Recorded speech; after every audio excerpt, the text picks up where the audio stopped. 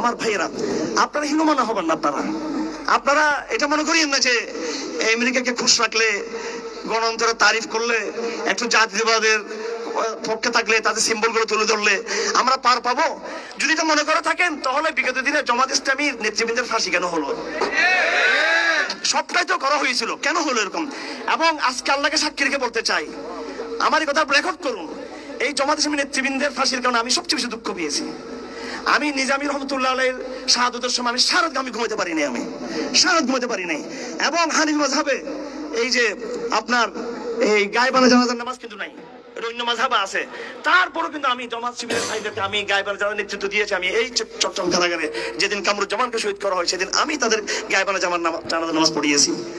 আজকে যদি সেই অ্যাঙ্গেল থেকে যদি বলা হয় এরা তৌহিদবাদী, এরা আসিফ আদনান, হারুন আজাদ, জসিমুদ্দিন রহমান একজোট, তাহলে এটা কিন্তু দুঃখজনক কথা হবে। আসুন একটা বাংলাদেশ আমরা গড়ে তুলি।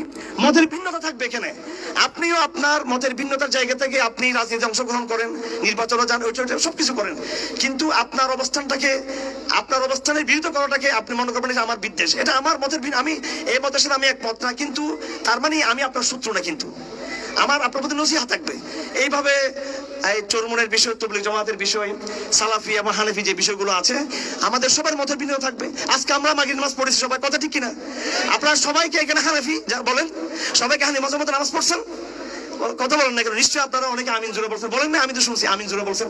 আমি একজন হানাফি লেখক, আমি একজন হানাফি মুহাদ্দিস, আমি হানাফি উসুলুল কিতাব লিখেছি, আমি উসুলুল মাবাদির হানাফি ফিল উলুমুল হাদিস, আমার একাধিক কিতাব আছে। আমি একদম কঠিন হানাফি, তাত্ত্বিকভাবে, উসুলিভাবে। আমি কি আপনাদের কেউ কোনোদিন মসজিদে বলেছি যে আমিন যারা জোরে বলে তাদেরকে বের করে দিব? আমার সাথে ডিবেট আছে, আমি ক্লাসে প্রমাণ করি যে আমিন জোরে বলাচ্ছে, আমিন আস্থা বলাটা অধিক যুক্তিসম্পন্ন। এটা আমার একাডেমিক আলাপ, এটা আমার বিদ্বেষ মুক্ত, এটা আমাদের ভিন্নতা, এটা আমি আমার একাডেমিক আলাপ, এটা আমি প্রমাণ করব। কিন্তু যে আপনার আলাপটাও কিন্তু সাহাবাদের দ্বারা প্রমাণিত। আমি আপনাকে বাতিল গণ্য করতে পারি না, কারণ আপনিও কিন্তু খবরে ওয়াহিদের মধ্যে আছেন, আপনি হাদিসের মধ্যে আছেন। যদি আমি মনে করতেছি আমার খবর ওয়াহিদ শক্তিশালী, আমি আপনাদের মনসুখ মনে করি।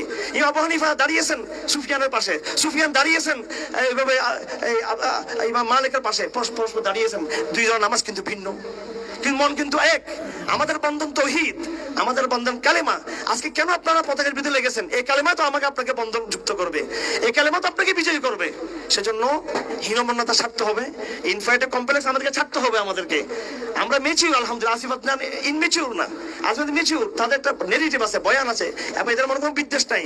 একটা কথা যখন বলে কেউ, যখন কোনো সেমিনারে বক্তব্য রাখে শরীয়তের পক্ষে, সেটা তো বিদ্বেষের বক্তব্য না, সেটা তো কাউকে ইগনোর করার জন্য অথবা কাউকে ক্রিটিসাইজ করার জন্য, কাউকে আপনার রিমুভ করার জন্য সেটা বলা হচ্ছে না। এটা আমার বয়ান, আমি তুলে ধরলাম, আপনি আমার বয়ান নিয়ে গবেষণা করেন। আমরা এখানে বাধ্য করছি না। এখানে আমি বরং মনে করি স্রোত বলে দিবে ইনশাআল্লাহ আগামী দিনের যে আমাদের কোন দিকে চলতে হবে। আপনারা যেটা মনে করতেছেন যে স্রোত শুধু হাসিনাকে এই তাড়িয়ে দিয়ে ক্ষান্ত হয়েছে, নয়। আগামী দিনের স্রোত পরিপূর্ণ তৌহিদের দিকে স্রোত রূপান্তরিত হবে ইনশাআল্লাহ।